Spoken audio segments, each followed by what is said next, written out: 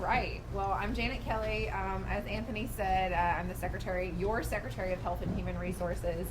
And just want to start by saying thank you for hosting. We love the YMCA, and you all are always so open-handed and open-hearted with everything we do, but especially this initiative. So thank you very much. I'd love to thank each of the faith leaders for showing up today and members of the media for showing up today. To help spread this very positive message of hope, as Dr. Harris said in his prayer. I grew up in a faith-filled home, went to grown up really in the faith world, and the one thing I want you to know before I even say anything is I don't want this to be one more thing that you feel like you have to do.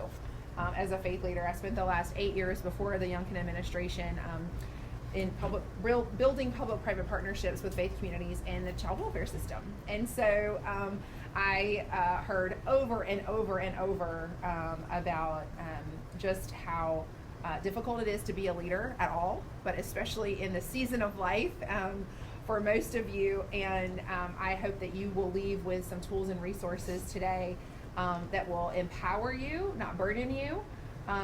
And trust me, I would much rather have you weave the messages that you hear today throughout your year.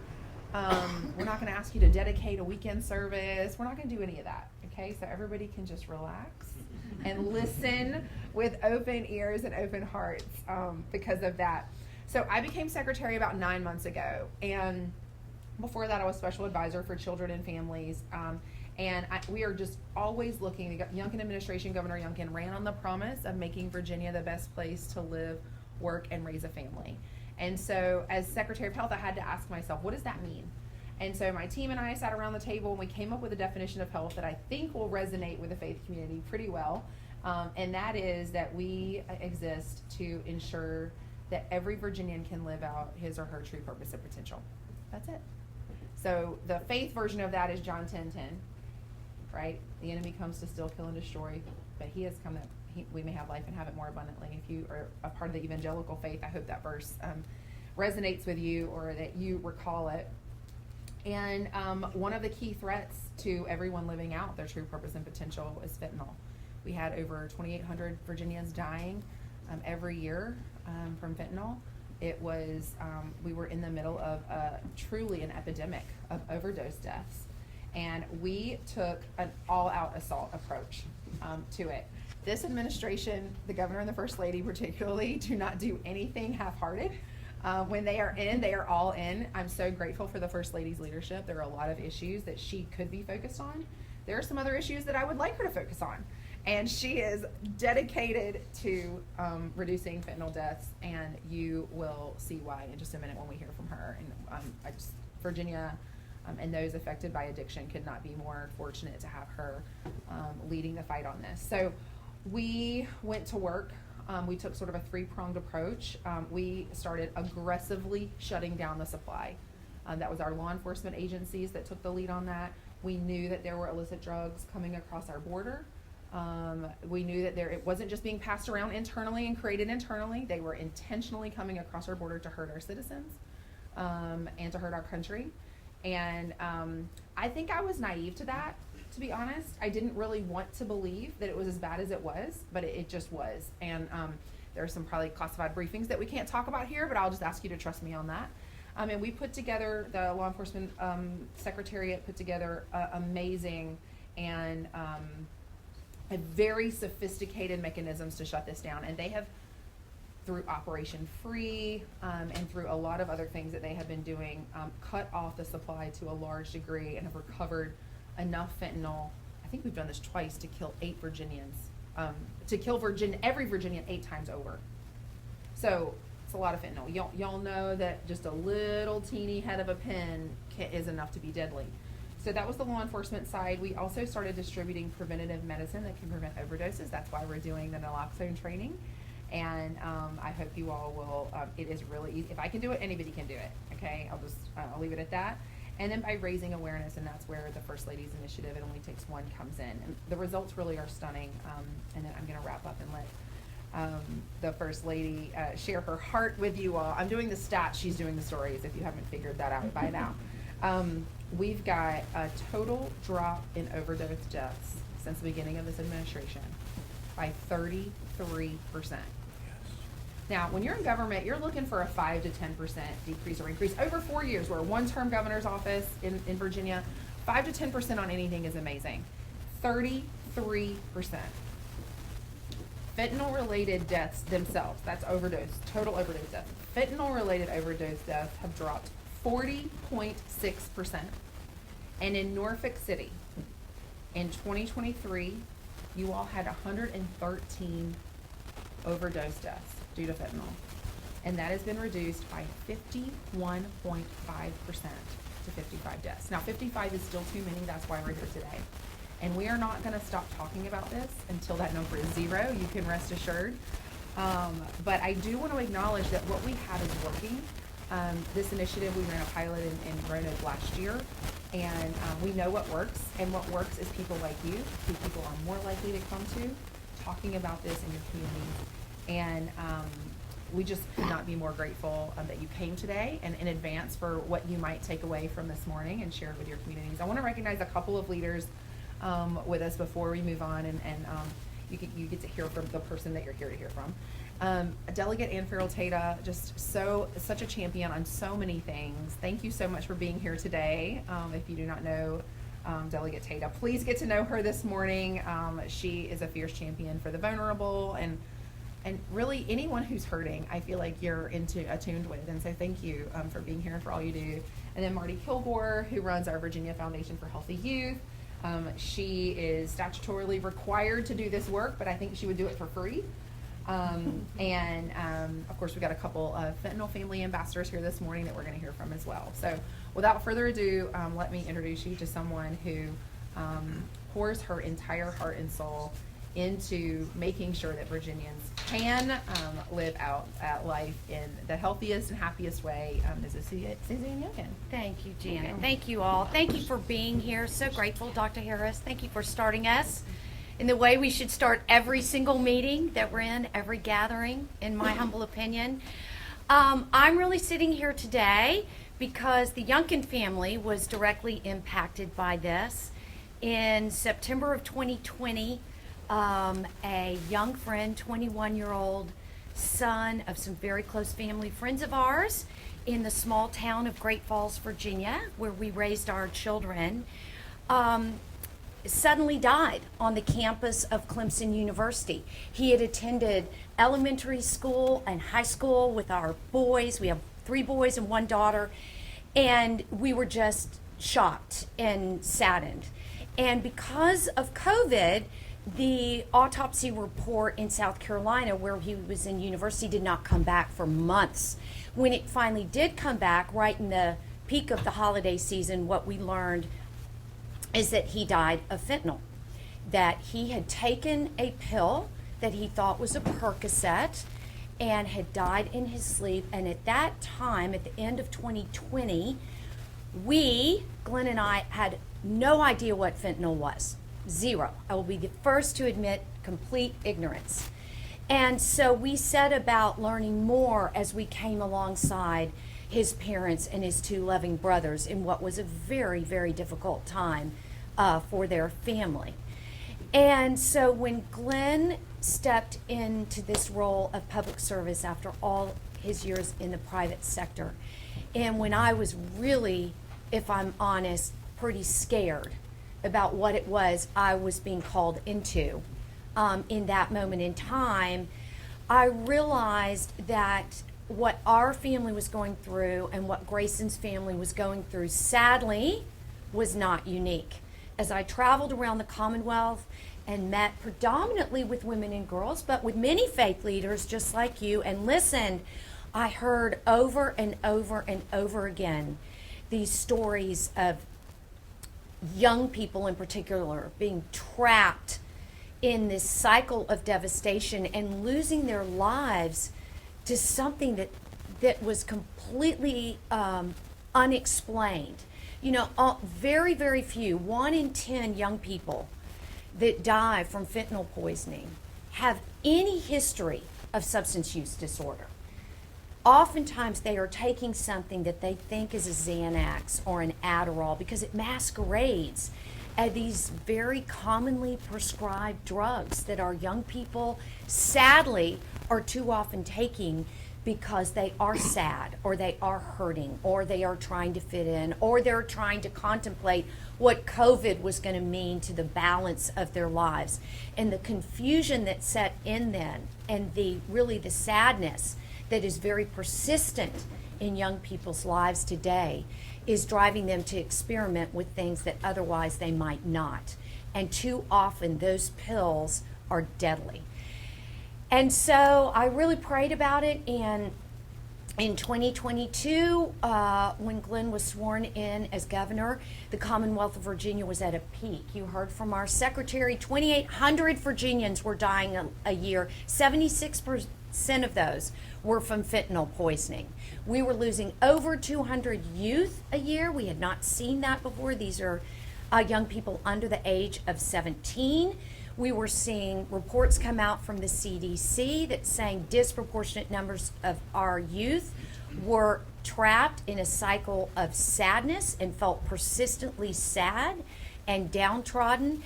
And so we just said we're not going to sit idly by. Glenn signed an executive order very early on empowering the secretariats of HHR, of Public Safety and Homeland Security, of all the different secretaries that were involved in this fight, and said, we are not going to leave any stone unturned. We embraced our Department of Corrections, because we know that so often those who are incarcerated have the dual complexity of substance use disorder. And so we want to make sure that we're reaching every single Virginian wherever they are with the right help that they need to break the cycle of addiction and simultaneously understand the threat of fentanyl. One of the other things that we did, as Secretary Kelly told you, is we set about talking to people. One of the things I'm most proud of is the fact that in 2022, there were people in the Commonwealth of Virginia that were dying of fentanyl whose families would not speak about the cause of their death. There was so much shame that they were really hiding in the shadows. And so we were unable to use their stories, and you're going to hear some powerful stories here today, to actionize others into a space of conversation, into a space of counseling, and into a space of meeting the needs of our most vulnerable. And I am very proud that today in 2024, in the Commonwealth of Virginia, not only are we having these open, very rich, very relevant conversations, but the Commonwealth of Virginia ranks second in our nation for the percentage of reduction of overdose deaths. We are just ever so slightly behind our neighbor to the south, North Carolina, but we are making great strides. I want to put an exclamation points on the statistics for your region. Again, we are so proud of Norfolk. What has happened in Norfolk is a miracle. A 50% reduction in fentanyl overdose deaths is something to celebrate. Congratulations to every single one of you who are on the front lines. I will say that we have not seen those same reductions in Hampton. We've not seen those same reductions in Newport News. And Virginia Beach has had some reduction of overdose deaths, but not to the same level of Norfolk. So there is still a lot of work to be done in Greater Hampton Roads to make sure that we are saving lives. I know that we have some incredible faith leaders here today. I am not going to attempt to introduce you, but can I call out just a couple? If you're here, can you just tell us a little bit about your ministry in this regard? Is someone here from Crossroads? Yes. Can you please share with us just a little bit about your ministry? We'd love to hear. Yeah, so I'm the Kevin Tremper. I'm the lead pastor of Crossroads Church. And primarily, I would say we're about a half mile from Old Dominion University. So we're right down the street. We have a lot of young adults, young Navy, military, very transient church being in this Hampton Roads area.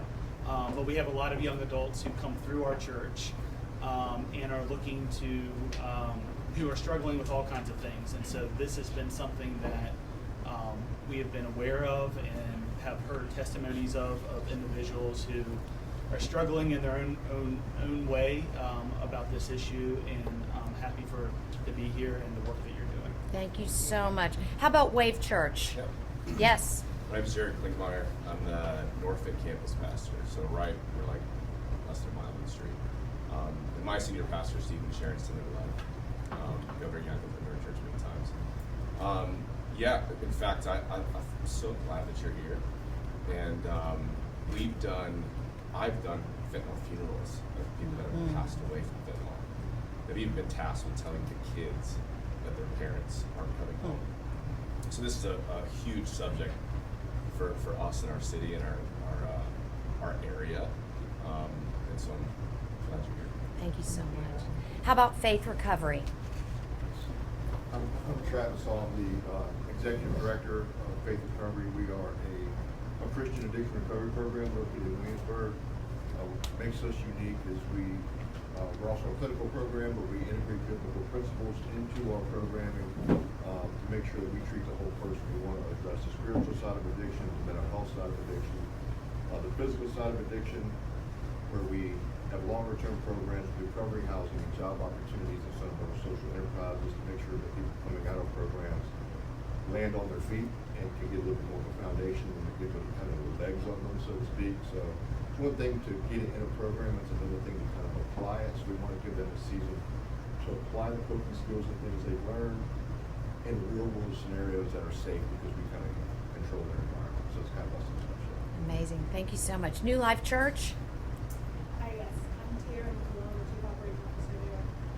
So at New Life, we have campuses in Virginia Beach, North Lake, and Chesapeake. We're multi-generational, multi-ethnic, and when you're multi-generational, you see different things from people who are coming who've experienced depression, experienced drug abuse, and substance abuse. So we're partnering with different nonprofits in the area that are tackling this. We'll make sure that we address the whole person, not just their faith, but any other struggles that we have. Thank you so much. First Baptist Church, Berkeley? One here, okay. Siler Strategies? Here? No? Anybody else from a large faith community here that would like to? Yes? So my name is Erin, and I'm with Grace Bible Church, and I am the director of Celebrate Recovery. Oh, so yeah. we are a 12-step faith-based. There's 35,000 Celebrate Recoveries nationwide, but here in Virginia Beach, we partner with other churches who also have Celebrate Recovery. And Celebrate Recovery isn't just for those who struggle in addiction; it's for the whole family. Like I personally struggle with anxiety, and what we see is families that come in, if there's somebody struggling with addiction, there's might be somebody else in the home who's also struggling, right, from the impacts of the addiction. So we have free childcare, children's programming, so as the adults are learning new recovery tools, the children are also getting tools. So the idea is to prevent and to stop that cycle. We also have teen programming too, because as you mentioned too, teens are struggling. They're struggling with anxiety and depression. They're looking for that feel good. So we're equipping teens and having a safe place where they can come share their hurts, habits, and hang-ups. And that's That's wonderful. Well, I'm sure everyone around this table has a fabulous story. You're all stakeholders in this effort. We're so happy you're here. But I want you to hear the stories of two very faithful mothers. That's what I'm going to say. They are walking a walk that none of us would want to journey in. They are part of a fentanyl family ambassadors program that the Commonwealth of Virginia has stood up. The idea here is who better to encourage people to talk openly about something that is very difficult than the people who have felt it most poignantly. And Shannon Doyle has been by our side at a number of education events. Her beautiful daughter, Michaela, lost her life to fentanyl. Shannon, could you please share with us a little bit about your journey and a little bit about your daughter, Michaela? Sure. Michaela was an honor roll student, competitive gymnast, competitive cheerleader. She got her first job at the age of 15, and there she met somebody who ended up introducing her to pills. January 7th of 2022, she turned 15 she turned 16, and January 22nd, 2022, I walked into her room to wake her up that morning and found her unresponsive in her bed. She got what she thought was a Percocet, and her toxicology came back as 100% fentanyl. So she had nothing in her system other than what ultimately killed her. I started a nonprofit shortly after and have spoken at several schools, several functions with the First Lady, and my main goal is really to educate parents and teenagers on the dangers, and hope that, you know, Michaela's story can change somebody else so that they don't have to go through what I've gone through and can live their life where she isn't able to.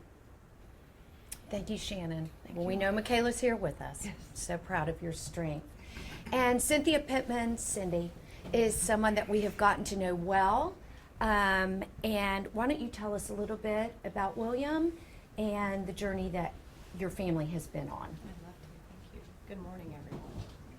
I am Cindy.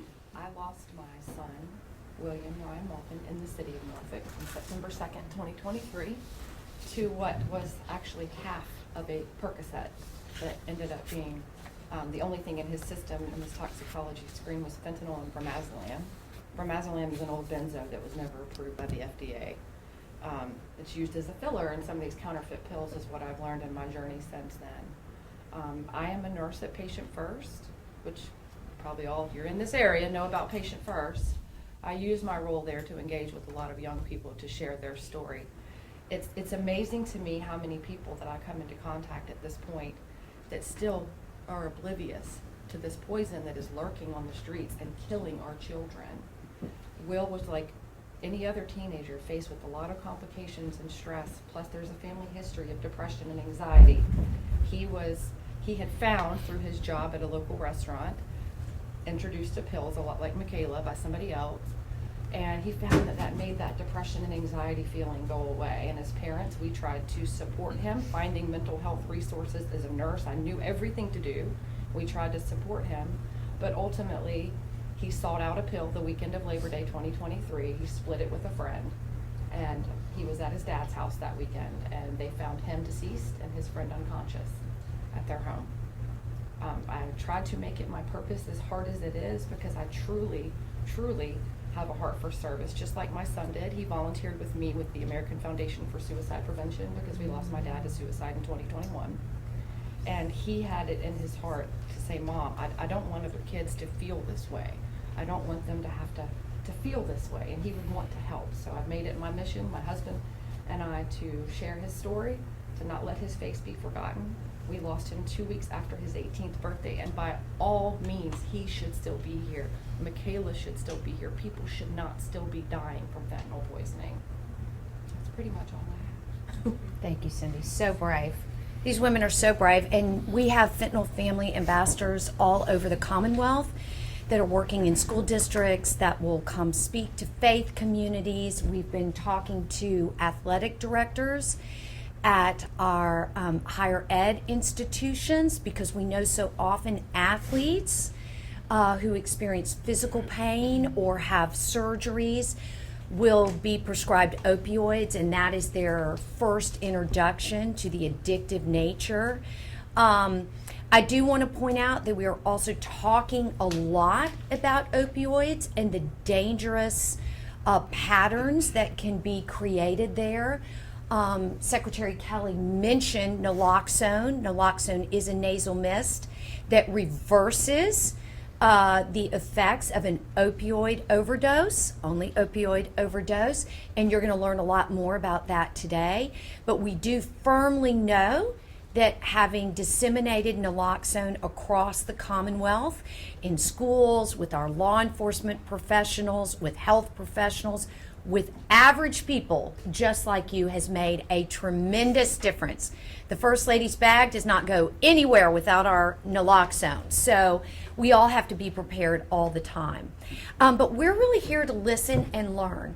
The best thing that we can do is hear from you, your experiences with Virginians, and particularly with young people. We need to know what is driving their anxiety and their inability to sort of engage healthily in life. We'd love to know what resources your church communities need and the people that you serve need. Many of you are aware that we are in the midst of a massive transformation of our crisis care here in the Commonwealth of Virginia. Our Right Help Right Now program was launched 3 years ago. This is going to be a legacy project. This governor and their amazing teams will probably not really see the dramatic fruit from it. That does not matter. What we're trying to do is turn a ship that was really headed in the wrong way, not prepared to onboard people that needed it, turn that around and make sure that through 988, through mobile crisis units, etc., we're meeting people's needs where they are at that moment. So we're happy to answer any questions about the services or lack thereof that your government is providing, but we really want to hear from you about how fentanyl has impacted your communities so that we can weave in your stories and the resources that you need to all that we're doing across the Commonwealth. So how many of you have personally know someone who's lost their lives to fentanyl in this room? Okay, so at least a third of us, if not more. And on the work that you're doing in your church and in your community, are you talking regularly about fentanyl? And if so, how are you doing that? Does anyone have a methodology that they are using in the field that you think is particularly effective? Okay, that's very good to know. That probably means that we need to work on that. So we're going to try and do that today. We're going to try to give you some ideas on how best to do that. As faith leaders and counselors, do you really feel like you have materials and or the know-how around fentanyl to have serious conversations? Or could you use supplemental support there? Anyone? I will say that Pastor Calvin of New Hope Church of God in Christ, New Hope Christian Community Center. Would you like to sit, Pastor Durham? Come sit down. Come sit down. I will say that in our community, as I ministered to and with a lady that lost her son because his father gave him a pill, and then he was unresponsive and went into a cardiac arrest and was unable to be resuscitated. And so as I ministered to her, there are opportunities that we provide to her, other services and other resources.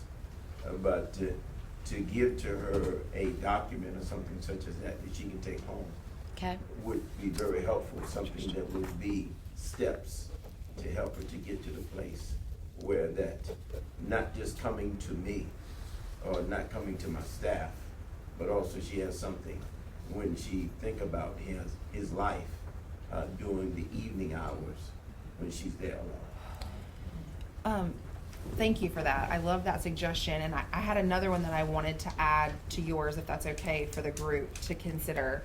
How many of you have youth group, like a special night set aside for youth ministry? I would imagine most of you do. Would it be too much to ask, or for you all to consider, having one of our fentanyl family ambassadors come in to speak to the group, share their testimony? I mean, I know weekend time is so precious. I'm not gonna necessarily, although if the Spirit leads, feel free to do that as well. But specifically targeting our youth, is that something that would be, you all might be willing to consider? Looking around for head nods or head shakes. Okay. Maybe so? Okay, I have a lot of ideas. We'll share those at the end. Thank you for that. I do wonder if one of these brave mothers holding her hand or speaking to her. I would love to do that. I Yeah. have other friends that have lost children, unfortunately, and I've made a lot of friends in this grief that we really have to rely heavily on each other. And the nighttime, it resonated with me because I really struggle in the quiet and in the nighttime. And I understand, and I truly, we can feel the pain of her broken heart because we walk that walk every day. Yeah, it's my girlfriend who lost her son Grayson says, I'm part of a very unique club that I don't want to belong to. So they have experienced something that really none of us can understand. And we have fentanyl families, like I said, from all over. So we would love to reach out to her if it's comfortable. So we'll talk about that in a minute. What are you hearing from your young people? What are you hearing? What are they telling you about their challenges, their state of being, their frankly, I think one encouraging thing is any of you that are involved with young people, it's wonderful that you are, because what we know is disproportionately young people in America today are not embracing faith communities. They don't have access to that sort of mentorship. What are you hearing? Tell us what you're hearing. Anybody? So I would say, I mean, the mental health of young adults is very challenging. I mean, at least once a week, I'm visiting or seeing someone checked into the EBMS children's kind of ward over here of getting help for mental health. And that stems a lot. There's a lot. The root of that often comes down to loneliness, where again, by trying to connect with people maybe through phones and digitally and all that stuff, there's still an extreme isolation that young adults feel and experience, and to deal with that pain is to try to figure out how do I cope with that. And so it's often that will be a gateway into something that helps you to upper or something that will help you feel better to get through that. I'm also really interested in I think the faith community, we're often responsive to the crisis, but how do we go upstream? And so start to have positive stories or stories of real stories of what's happening to start the conversations earlier before you get the call, before someone has to be admitted, to bring awareness and permission. I think that's the other part. There's still a stigma that's attached to I'm not doing well, I'm not okay. So how do we break down that barrier and that stigma that says that it's okay that it's not be okay, but that's what do we need to get you to be better? And so I think that's a change of culture, but that's also a change of language. And sometimes in the faith communities, it's the worst, because there's a spiritual component of you just need to have enough faith or more faith, Right. in unhealthy ways, that you just need to pray harder. And that's not the answer to some of these. Prayer is a part of that, but there's other ways that people need to be engaged as a whole person, their mind, body, and soul, that gives people permission and doesn't feel like guilt or shame because they're struggling. Right. So good. Right. You hit on something really important. Screens and social media.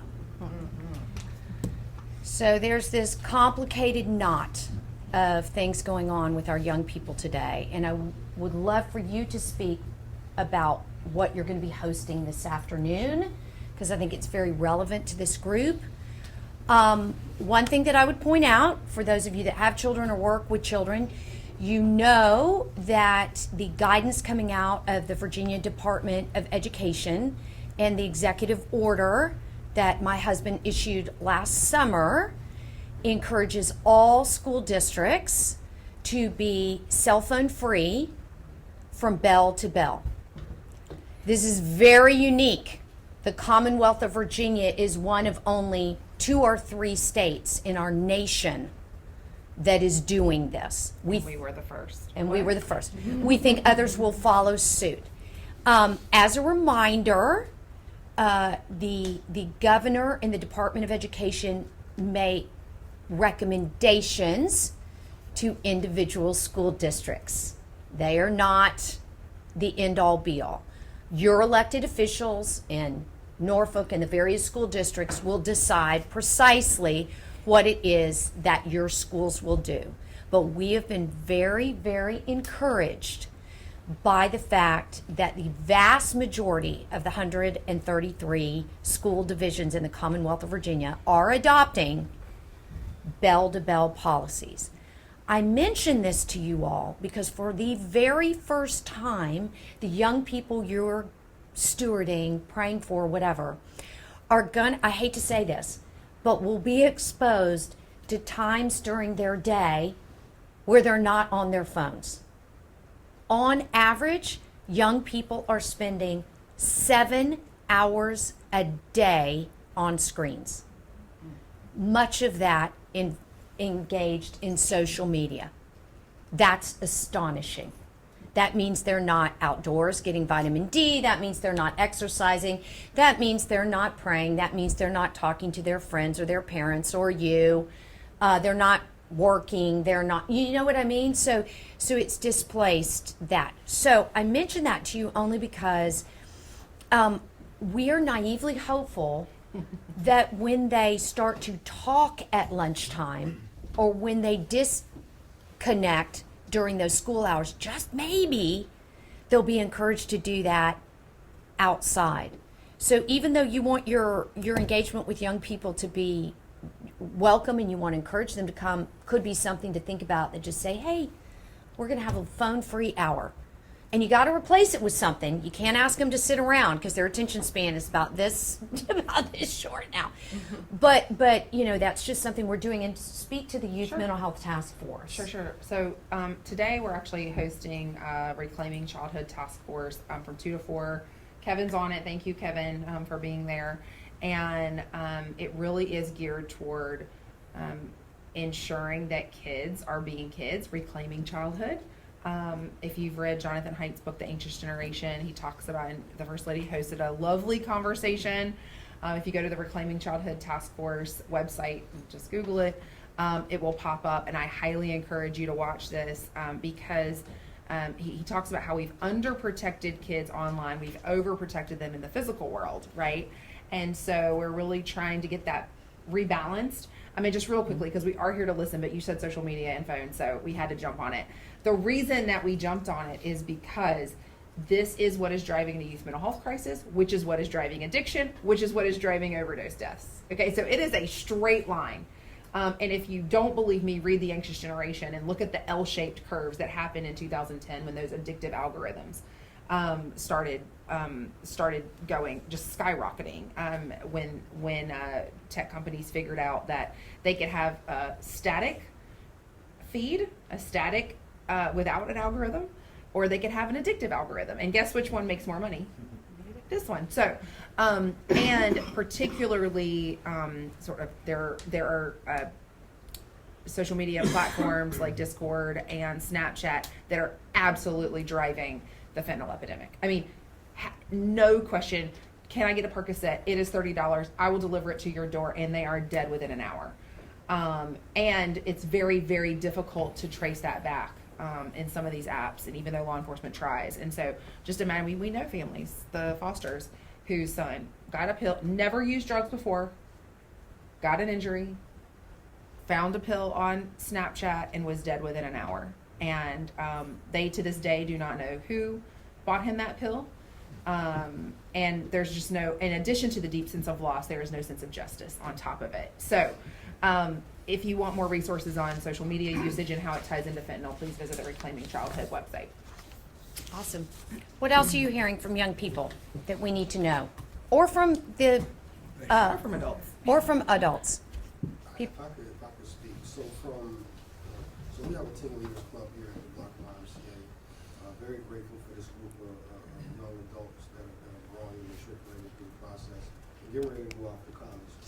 One of the things that I've noticed is during COVID, there was a emotional breakdown where they could not grow maturely and emotionally with their peers. And so because of that, it drove them straight to social media. We were all locked up in the house. Social media allowed us to laugh, joke, to kind of pass through the time. The disconnect was, as adults, we can process that and disconnect from it and go back to our working lives, where our kids, they stayed locked in. That was something that the Blocker Leaders Club shared with us. So what we've done was we make learning very instrumental and fun. And to your point, taking away cell phones is the right thing to do, because it allows them to really engage and to be present in the conversation. So for me, I would love more peer-to-peer conversation, because that's where we learn and grow. And that's what I'm very, very proud of and happy to be a part of. Beautiful. Thank you for sharing that. I'm Dr. Sarah Hummel. I started Seapoint College 2 years ago in order to create a space where the bachelor's degree is enveloped in mentorship and discipleship, because one of the things I've seen is that loneliness, is that not feeling like you can be yourself, take your mask off. So I've been really focusing on how do we create a safe space where young people can take off their mask, figure out who is the fake person. And I think social media has really accelerated that idea that I can't be who I really am, I have to put on this front.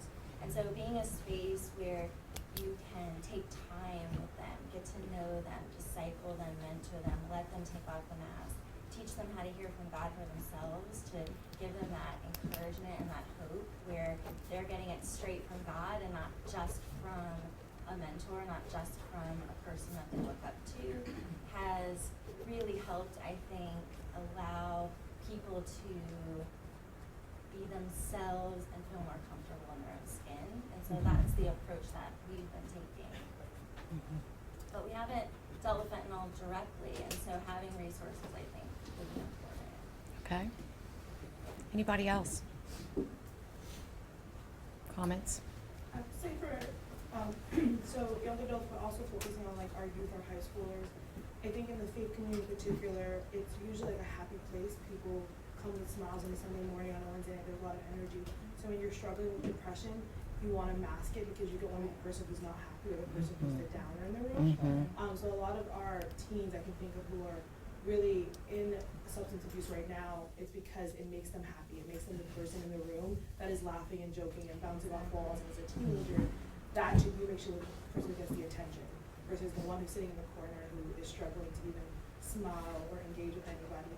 So I think a lot of our teens within the faith community are trying to navigate, how do I be in a space where everyone is happy-go-lucky, but I feel super dark inside. But the drug helps me not be that way, so I can go and I can smile around. Yeah, that makes sense. I have a question for you all.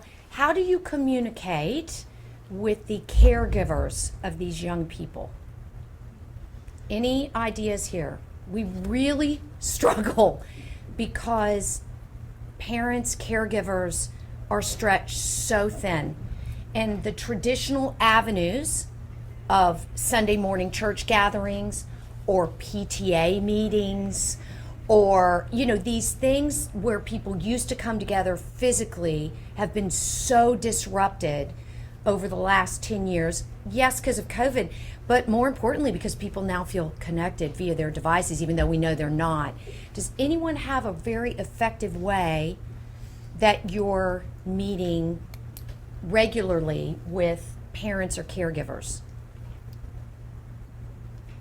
From the Blocker Leaders Club side, we have to have 100% buy-in from the parents for the kids to be on our programs. Okay. The reason why that works is because without the support of the parents, we can't run that program effectively.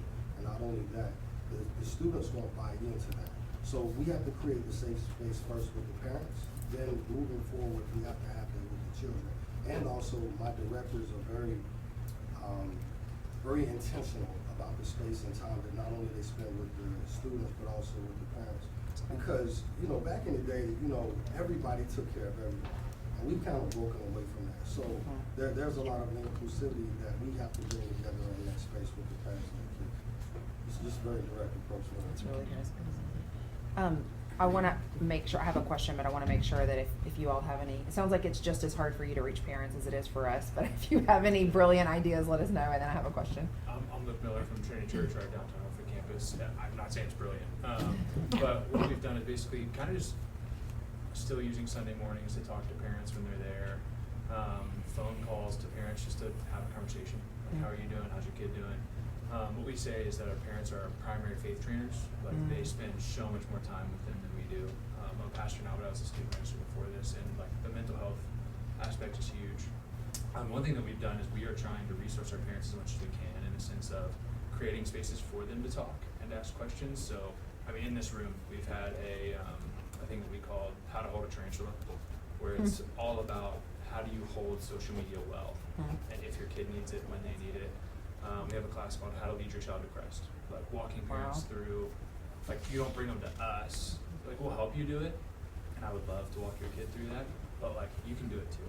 And so it's resourcing them, getting them into spaces where the questions that come out in those classes are like, you might feel dumb to walk up to me and ask it on a Sunday space, but in a class where everybody else is thinking about it, they can ask those questions and have a safe space away from their kid to then be equipped to go love their kid even better. So that's something that we've tried to do and do it on a like quarterly basis-ish, somewhere in there. Do you do it on Sunday mornings? When? No, it's usually talk like to me a about Friday, Saturday night. type Friday, event. Saturday night, Yeah, and it's parents something come. Yeah. So we had like 30 parents, I think. Do you feed them? Usually, yeah. Yeah. The food, Food. bribe, That's the secret bribery. sauce. Free dinner? I'm there. Okay. Yeah. Hi. Yeah, so one of the things we noticed were parents were coming to us going, I don't know how to deal with this person that communicates different. So this new generation they feel different, they have different language. No cap. No That's what they say. I'm millennial, and I was told ... is a bad thing. Dot's bad. Really? Glenn, I just thought it was an ellipses. No, Glenn and I are always like, maybe you should think about this ... Or we could talk about it, whatever. And they're like, don't type ... Oh my God. Like, okay. or like leaving someone on red. They're just All K. this. Yeah. KK. So we remember a time before social media. This new generation has no Doesn't. idea Yeah. how to operate outside of it. It's like a prime example is if I have, if I'm looking at my emails, they're cool with seeing 3,000 unread emails. I am not okay. That brings me anxiety. But if they have 3,000 unread texts, that would give them anxiety. It wouldn't happen. Exactly. So the way that they operate, they think is different. The way that they speak is different. And so it's almost like a foreign language. So we're trying to learn how to speak to these young people. And so, so parents were coming to us and going, we're kind of in a crisis. We don't know what to do. So what we did was we called it parent nights out. So our youth ministry meets on a Wednesday night.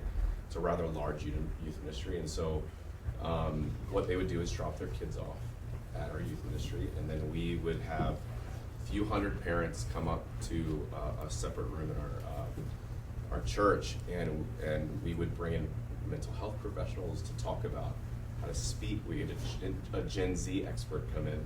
I think she works with Young Life to come in and go, hey, this is how you should be thinking and encouraging your kids. One of the things that Gen Z is experiencing now is if we were to say, hey, what things have you been hearing about this new generation? What would you say? You'd say they're uncommitted, they don't work, they're lazy, they're entitled.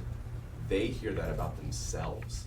And so we were encouraging parents to be the most encouraging people in their lives. So good. And so I think sometimes when we see the way that they operate, we immediately go to, you are lazy, and you are lazy. Back in my day, we all kind of revert to, I walked to school in the snow and all that. So I think being able to speak their language is a huge deal. Can I ask you a question? Yes, you may. I think our faith communities, I think Kevin's right, we're really good at responding. I think we've faith communities kind of cornered the market on addiction recovery. Like that's kind of our game. We know how to respond after the fact. How is, and maybe I'm not privy to this, how is fentanyl getting into Virginia? Like, how is that happening? Because we all know, like, heroin's been here, crack cocaine's been here. We know, I lead a downtown church. We have homeless people come in. We've had people OD in our bathroom during the service. Like, it comes with challenges being in downtown Norfolk. But this specific one is so lethal. Even our police officers can't even pull people over without passing out. If you know they're the fentanyl's too much. So I did a funeral for, like I said before, a young woman, mother of two. Her work found her in her bathroom, and I was tasked with telling the children their mother was not coming home that day. So they don't have a Bible college class for that, you know. And so I think we've done a few funerals in particular. I think you're right. There's an embarrassment about it. There's a lot of shame. A lot of shame that parents don't want to tell people. So I thank you so much, the two of you, for being open and honest. It's really, really special. And so people are guessing, like, what happened, you know. So it's a big deal in our communities, and I love the fact that it's especially in our city that's 50% down. Yeah, Norfolk should be Thank so you, proud. God. So fentanyl's yeah. been around since the 50s. It's a sedative. So they used it in hospital settings, obviously, to help people sleep, rest, etc. So in a managed environment, it can be a useful drug. The kicker is that fentanyl is very, very inexpensive to make and highly, highly addictive. So very clever persons who want to profit, that's the bottom line. All they want to do is profit. They make more money when they can use inexpensive additives and when they can make sure that they have more customers. So a lot of people ask us all the time, why would someone manufacturing drugs want to kill their clients? Because for every one that dies, hundreds get addicted and come back to buy more. We know without a doubt that the independent ingredients for fentanyl are being made in China. They ship them by and large. Now this has changed. They get very creative very quickly. But even 3 years ago, they were sending all those individual materials to Mexico. The Mexican cartels were pressing them in pills that look identical to the drugs we all take. You cannot tell the difference between a little blue pill that is 100% fentanyl, a little blue pill that's half fentanyl, a little blue pill that's legit from the pharmacy. And so they figured out very quickly they were hugely inexpensive to make and that they could get them into the U.S. and that Americans would take them. America and Canada are really the only two countries that are suffering from this. Really? This is not a prolific global problem yet. But they found an audience ripe for it. COVID was the perfect storm. And so we're really battling that. I mean, fentanyl is illegal in China. I mean, and you know what they do with people who break laws in China. So it's a problem here. They're already on to other things. Xylazine is a new thing that's out there you all may have heard of. Xylazine is a tranquilizer. They used it for years and years and years in veterinary practice to kill elephants. Think about that. Or not kill, help sedate, euthanize elephants. I mean, that's how powerful it is. So we're already seeing different things. And xylazine's not an opioid. So it doesn't respond to naloxone. So, you know, it's a constant battle because this is a very lucrative business. And unfortunately, there are many, many people that will monetize bad things. What happens with fentanyl, as you can imagine, is fentanyl is ingested, it causes the brain to shut down because it's a sedative. What happens when your brain slows to the point where it's not working properly? Anyone? Anyone? Well, it'll cause your autonomic functions to stop, and essentially with Yeah. fentanyl is it suppresses the natural breathing efforts to the point where you basically suffocate until your heart stops. So you suffocate. So people stop breathing. That is what it does to you. The other interesting thing about that is it doesn't manifest itself in someone maybe the same way that we would all think a drug overdose might happen. So we know instances where young people were, quote, passed out at a party. No one did anything. They thought that he or she had too much to drink or whatever, did nothing, and in fact, they were slowly stopping breathing. Their brain was stopping to work. So that's another complexity about it, is because it doesn't cause the same byproducts. So we're just talking a lot about it. We're talking about these things not to scare people. We're talking about these things because here's one thing we know about young people, and here's the good news. So I'm going to switch this around. We're going to talk about ways you can leave Before here. you switch, I'm sorry. Can you walk through? I think this is helpful because I had this question when I first started learning about fentanyl months and months ago, years and years ago. The blender and the pill presses and all that. Can you touch on that at all, or do you want me to? Well, I think that's important. You touch on that, and again, the Commonwealth is out in front on this. So they just put a picture. You're making a cake and you put it in a blender, which you wouldn't do, but you would put it in a blender, but you don't quite blend it well enough. Okay, so it's a literal. They put all the ingredients that are putting in these pills in a blender, but they don't really mix it well enough. So again, you could have, let's say, 500 pills out of this blender that they put all of the ingredients in, and one of those pills is fatal, and the other 499 are just addictive. See what I'm saying? So it's like, why would you kill? They're not trying to kill people. It's just it's a feature, not a bug. They're going to kill people because regulated. there is no. Of course, it's not. I mean, you should see the pictures of the where these pills are manufactured. I mean, you wouldn't want to hike there. I mean, you would never want to be anywhere near it. It's gross and certainly not sanitary. And I mean, you got all those other things, but like the deadliness, nature, it's just not mixed well. And so one of those pills can be, and when I say blender, like it's a commercial grade, obviously things that they're using to do this, but that's a simple way to describe it to like a teenager's like, I don't understand why you can die from this. And it's because they cannot mix it up well enough to evenly distribute the dead stuff. And so one of those pills is deadly. yes, but your General Assembly, on bipartisan nature, I mean, one of the really encouraging things about this battle is that your General Assembly passed laws last year in the Commonwealth of Virginia outlawing pill presses. So anyone that is caught with a pill press in the Commonwealth of Virginia is going straight to jail.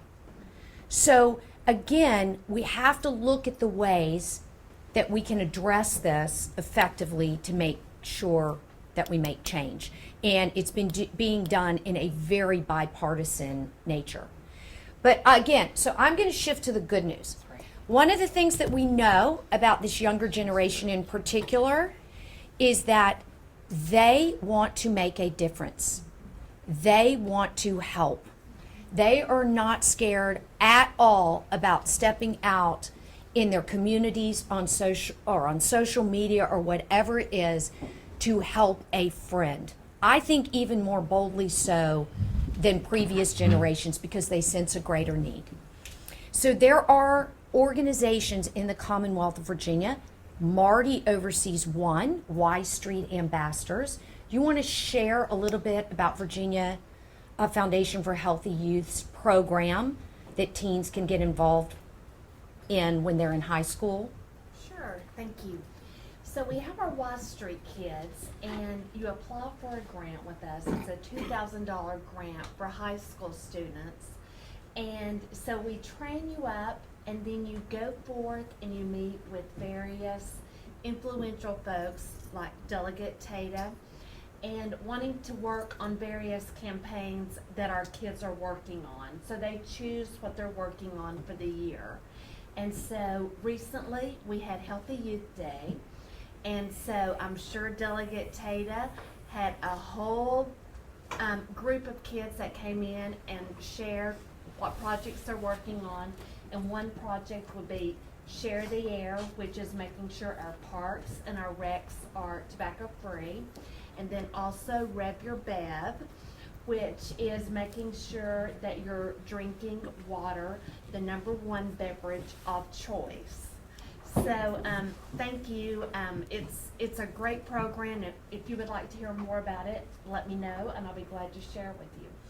The other thing, there are nonprofits. There's one called Morgan's Message. Morgan was a young Virginian who took her life. She was a student athlete, had suffered from depression and a variety of things. Her parents started a nonprofit where they empower middle school and high schoolers to talk to their peers in group settings. They train them up. So my office can put you in touch with nonprofits that are out there beating the streets, for lack of a better word. Virginia was one of only 11 states in our nation to receive a large grant from the Schultz Foundation. Schultz being the gentleman that started Starbucks. He has a particular heart for mental health, and we are now launching the Youth Mental Health Corps, which is an offshoot of AmeriCorps. And so Virginians will be paid to spend a year in the field working on mental health issues. So some of the young adults you're dealing with, if they are not ready for or have no interest in, matriculating on to a community college or a four-year college, they're trying to figure out what they want to do, but they want to get paid, they want to work in our health care system, but also make a difference in the lives of other young people. We can get you the information on how they can apply to the Youth Mental Health Corps. I mentioned those just as examples. There are a number of possibilities for young people, again, to step into service of one another. So we really, really, really wanted to make sure that you know about those. We will probably, my staff can send out a letter to each of you with all of these so you can find out more. Couple other things. You saw the bracelet. It only takes one.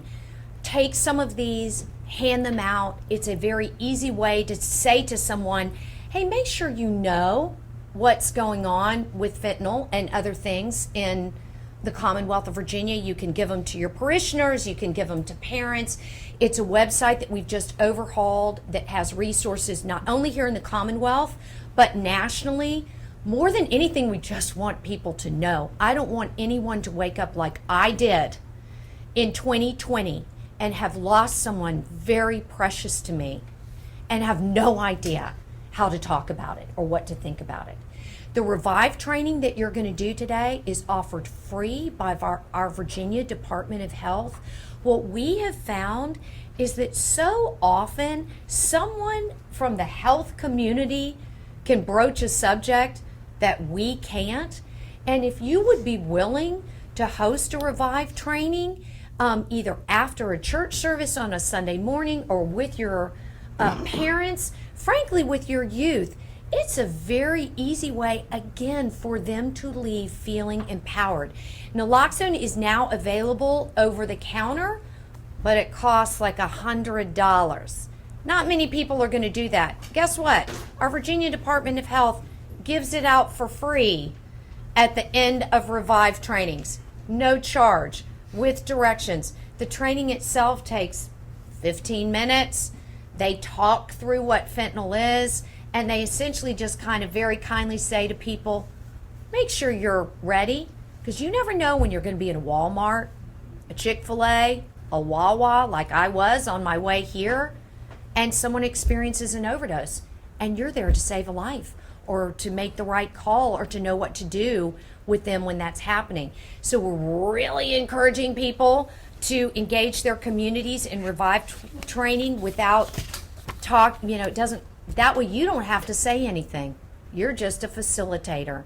The other thing I would say is I do think it is really important that we all have conversations. You'll see cards that we're leaving you right here that where you pledge to say, I'm going to talk to people about this.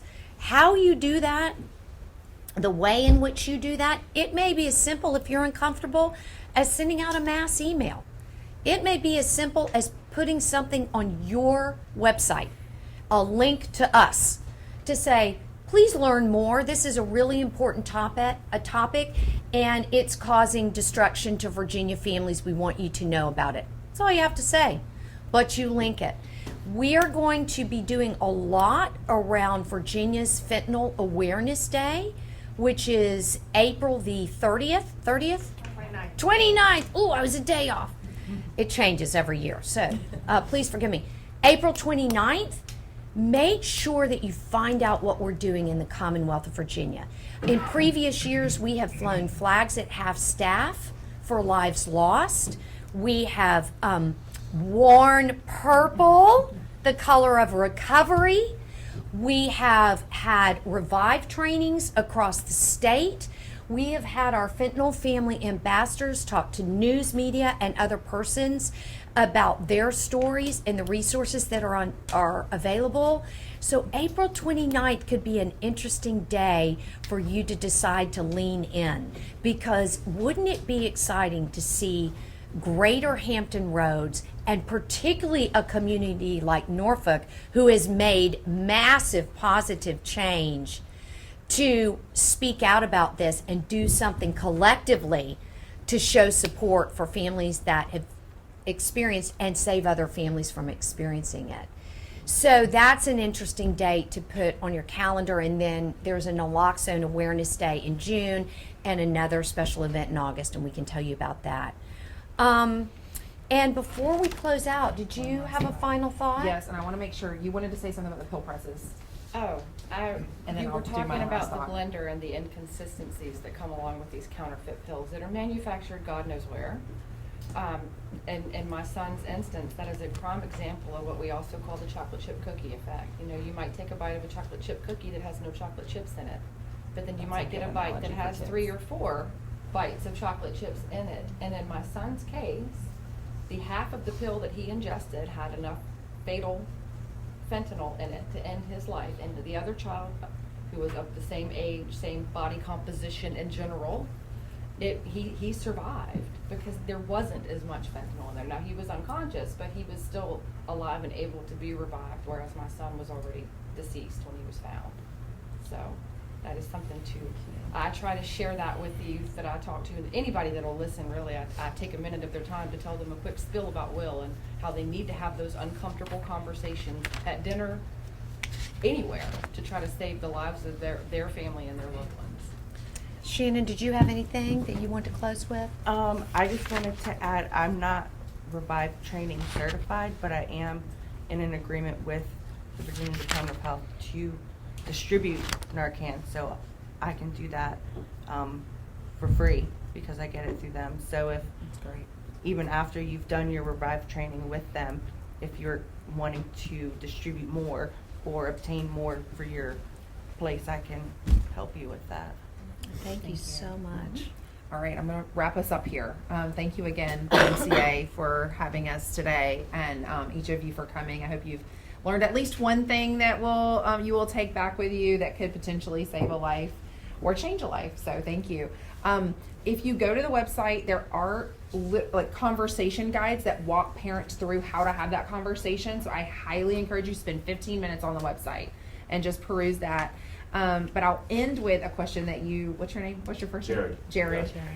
You asked about how do we get upstream, and I would just affirm and encourage you all. You're already upstream. You're in the hope business. Like, everything you're doing is upstream. When you help guide people to the reason that they were put on this earth, that is the antidote to addiction. That is the antidote to lots of mental health challenges. We've been measuring severe mental illness for 60 years, and the rates of severe mental illness have not increased. They've stuck around 20%. No more than 20% of people are going to have severe mental illness. What has grown is that middle 60% of people who say that they have experienced some kind of coping disorder in the middle, like anxiety, depression, those kinds of things. And the faith community is just uniquely equipped to walk alongside people, to encourage people, to equip people in ways that the government just can't. So you're already there. And I just wanted to encourage and affirm that. Keep doing what you're doing. I hope you get up every single day and feel an enormous amount of purpose. It is one of the 4 pillars that we are going to be talking about tonight at the Arthur Brooks event at ODU. If you haven't gotten an invitation, ask one of our staffers. Thank you, Molly and Catherine, Lori, Mindy, Melanie. Who else is on our staff here? Sarah Kate, you're hiding over there. Ask one of them. You're more than welcome to come tonight. Registration is open. And 4 pillars, meaningful work / purpose, faith, family, and friends. So I think it'll be a really good night. The First Lady is going to host the conversation, and you see she did a great job today. She'll do a great job tonight, and it'll be well worth your time. And thank you for coming. Yeah, we're so grateful. And again, the concept with It Only Takes One, and you saw it in the video, is that we don't want this to be necessarily a sad topic, because we are all now empowered. It only takes one of you, to leave this room, have a meaningful conversation with someone you love. That could be your nuclear family, your own children, your own nieces and nephews.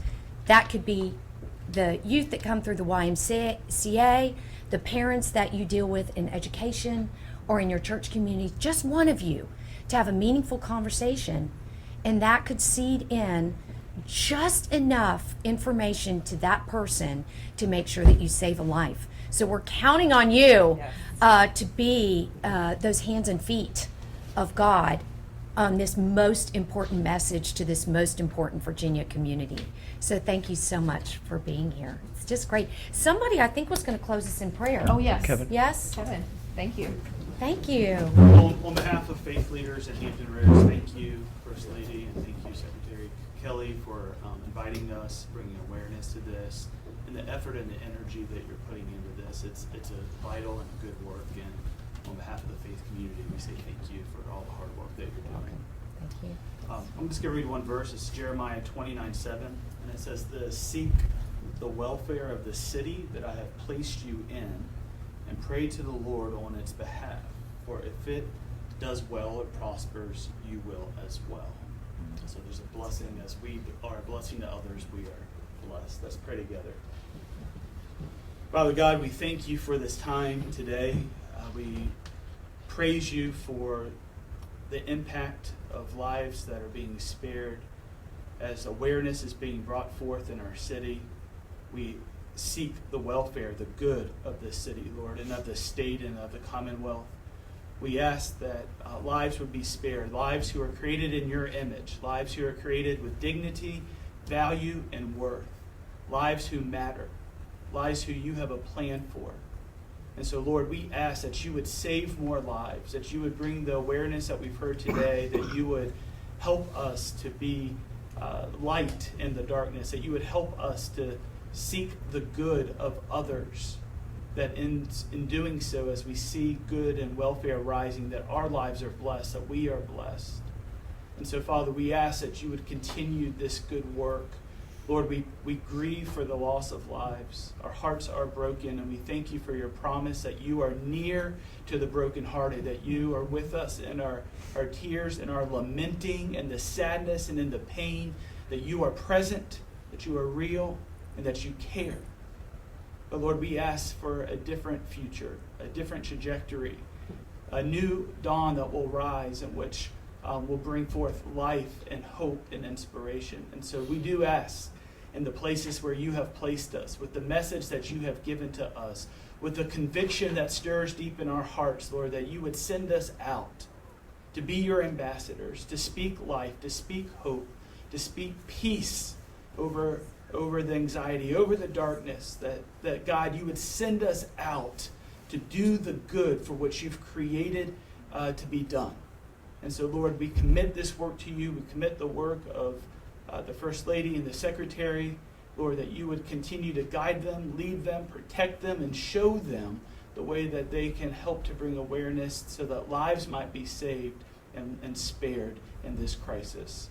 We thank you for this gathering today, for all who are around this table, for the table of families that are represented. Lord, thank you that we are blessed in you. In Jesus' name, amen. Amen. Thank you so much.